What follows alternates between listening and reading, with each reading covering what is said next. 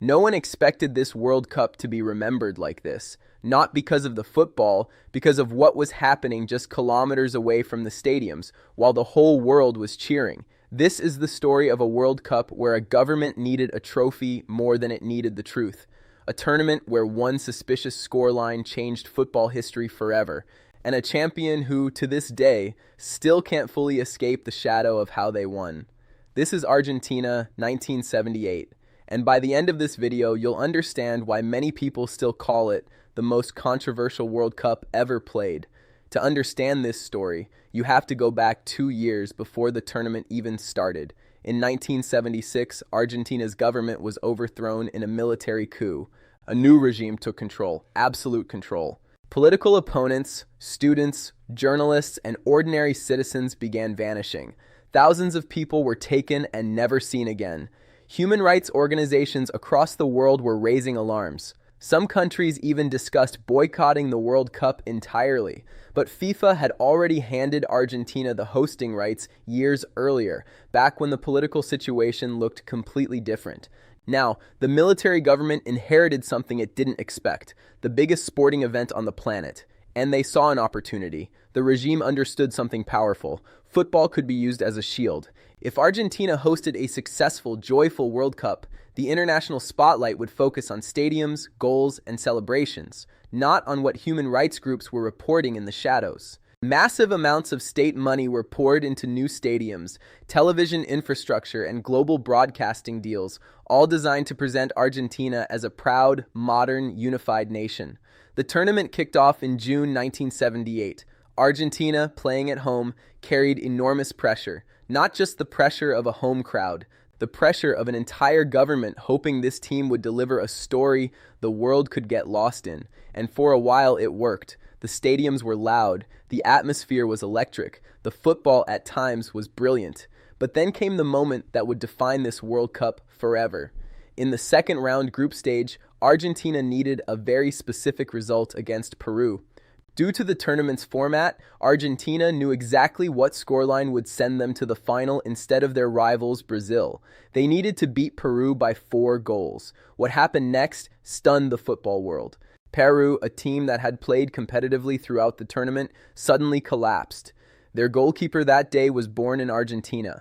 Rumors spread instantly. Accusations of a fixed match, of political pressure, of grain shipments and financial deals allegedly made between the two governments to guarantee the result. To this day, no court has ever proven match fixing. No official evidence has definitively confirmed it, but the suspicion never fully went away.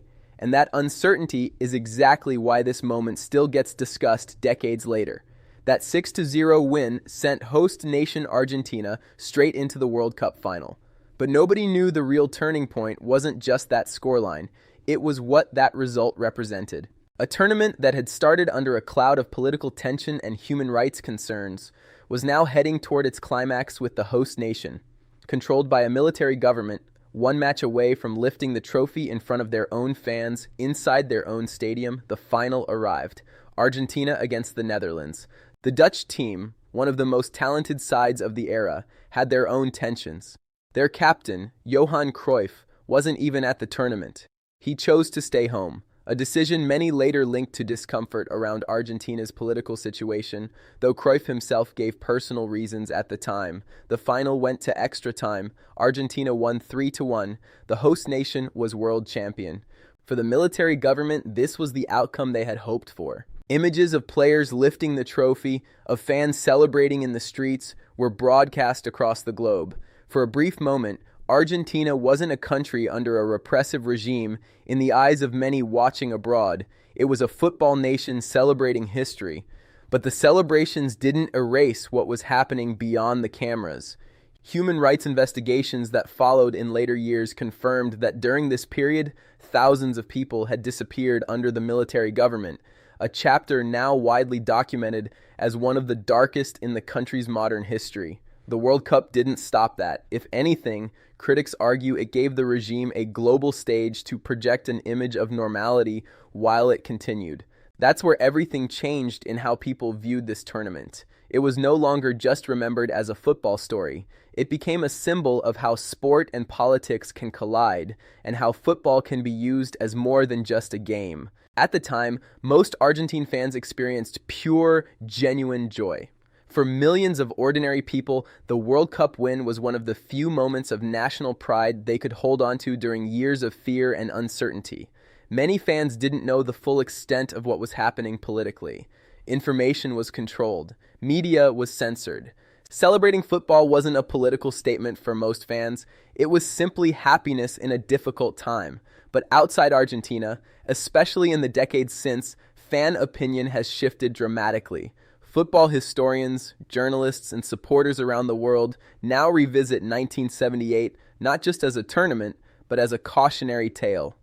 Online football communities still debate it constantly. Was this Argentina's proudest football moment, or the tournament football should be most ashamed of?